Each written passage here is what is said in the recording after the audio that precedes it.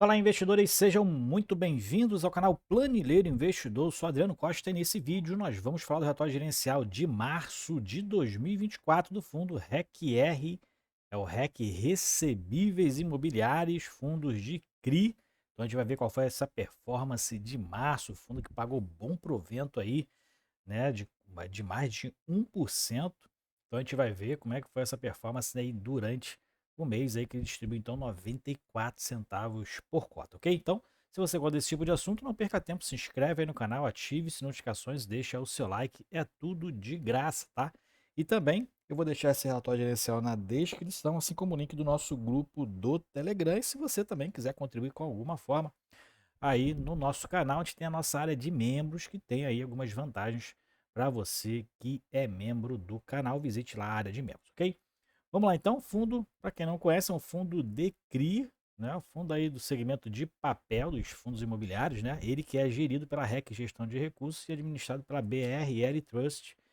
Rentabilidade alvo do fundo em uma B mais 1%. A gente vai ver então mais para baixo se ele continua acima da rentabilidade alvo, tá? Então fique atento aí, um fundo de mais de 2,5 bilhões de patrimônio líquido, cota patrimonial R$ 95,01 e a cota de mercado encerrou março a 88,30, tá aí mais ou menos isso aí no mercado, né? Acho que fechou essa última semana a 89 e alguma coisa.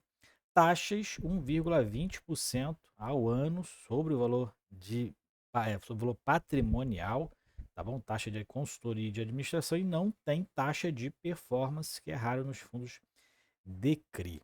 Bom, prazo de duração do fundo é determinado. Para investidores em geral, tem mais de 177 mil cotistas. Eu sou um cotista aí do REC R11, tá? Minha segunda maior posição em fundo imobiliário. Gosto do fundo, tá? Já era cotista já do fundo quando era o BSR11, né? E mudou para REC R11. Então tem mais de 3 anos, quase 4 anos aí que eu sou cotista do fundo, gosto do fundo, sigo aí cotista, né? O fundo performou muito bem no ano de 2022 para 2023. Teve uma queda aí já no final de 2023 para 2024, né? Com a queda do IPCA. Esse que é um fundo, indexação principal é o IPCA, então acaba seguindo a inflação. Bom, vamos lá então, né? Fundo que no mês de março distribuirá mais quase 25 milhões de reais. 12 de abril será o pagamento, tá? Fundo que anuncia seus proventos no quinto dia útil do mês subsequente ao que ele faz referência. Então, anunciou no quinto dia útil de abril, rendimento 94 centavos por cota.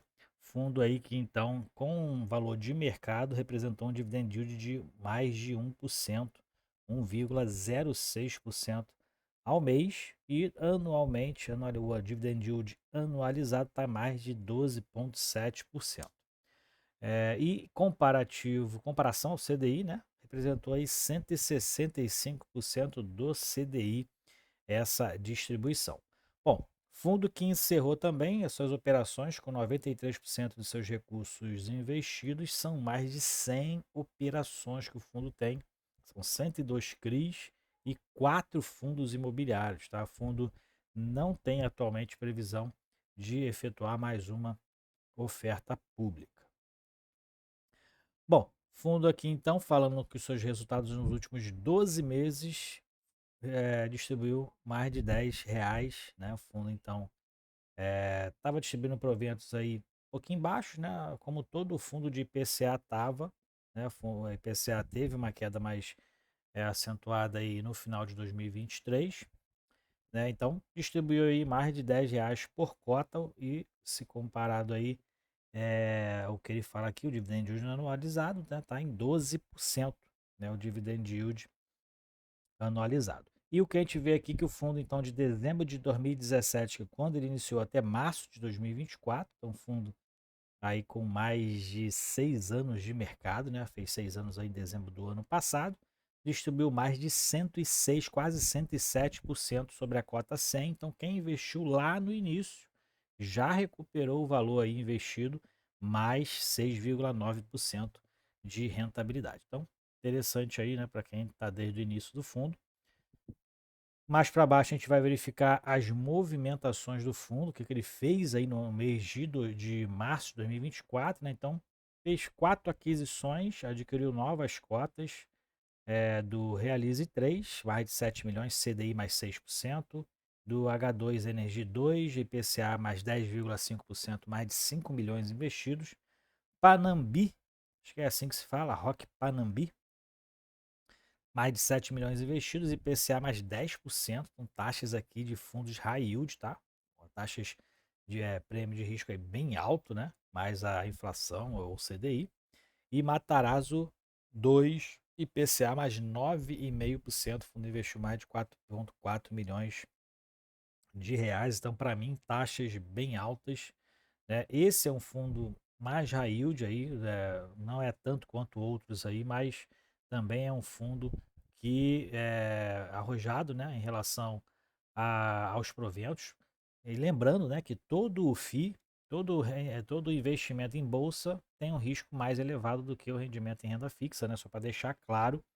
E alguns têm um plus nesse risco já embutido na renda variável, tá? Então esse aqui é um desses, com essas taxas de bem altas. Qual é o risco, né? O risco é de uma possível inadimplência, né? Se houver qualquer tipo de aumento da inflação ou aumento aí da taxa básica de juros, essas taxas aqui também ficam altíssimas, as empresas podem ter dificuldade de pagamento, né? Então é o risco de buscar rendimentos mais altos.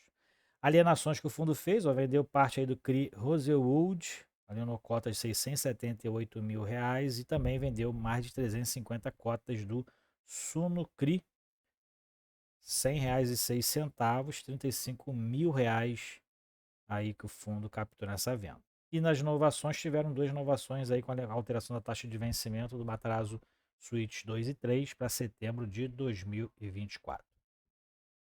Falando aqui do patrimônio líquido do fundo, não teve alterações aí no patrimônio aí nos últimos meses, né? A gente verifica que está dentro de uma mesma linha de 2,5 bilhões de reais. Nas alocações também o fundo bem equilibrado ali, acima dos 95% de alocação. E os fundos, normalmente fundos de CRI, não tem alavancagem praticamente, não tem dívida, não tem passivos, né? Alguns aí têm algum tipo de alavancagem com operação compromissada, tá? Mas não é o caso do REC R11, não tem essas operações compromissadas e o fundo então praticamente não tem passivos dentro do seu balanço, tá? Bom, que a gente verifica aqui que o fundo então está 88% alocado em CRIs, 5% em FIIs, 3% em imóvel, o imóvel que ele recebeu, inclusive de garantia de um dos CRIs aí que deu problema, né?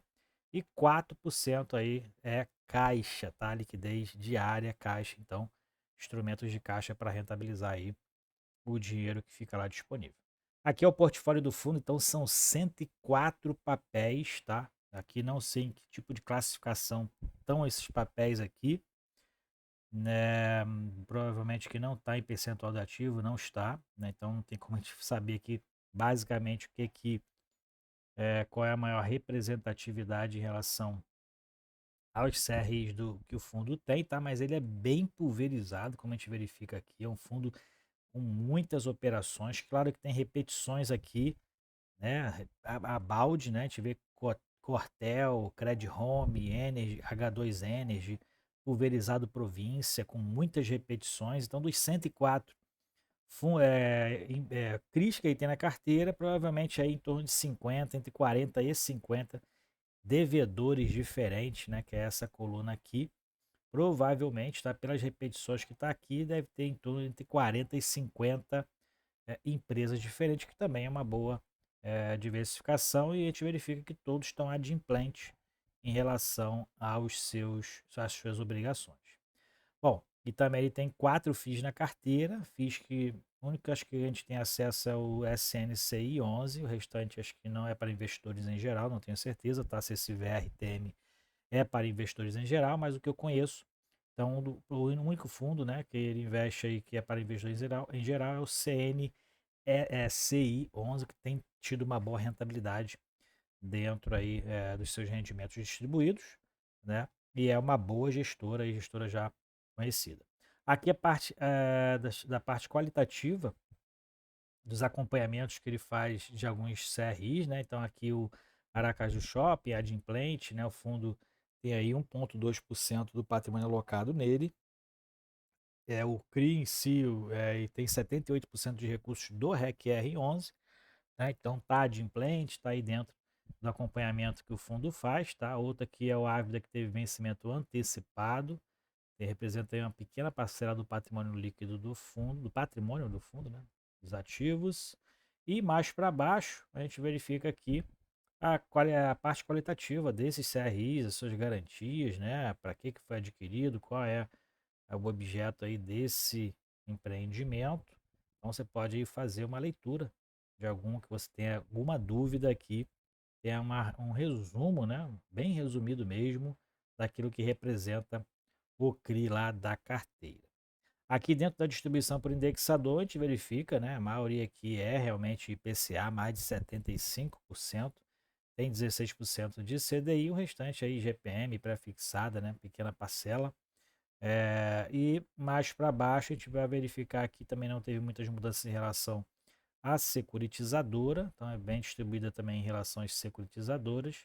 E na distribuição geográfica, o fundo tem 43% dos seus recursos alocados em CRIs do estado de São Paulo, tá? E em outros 15 estados aí do Brasil. Falando aqui de DRE gerencial, fundo que compartilha aqui os dados, a caixa e a competência um pouco aqui misturados, tá?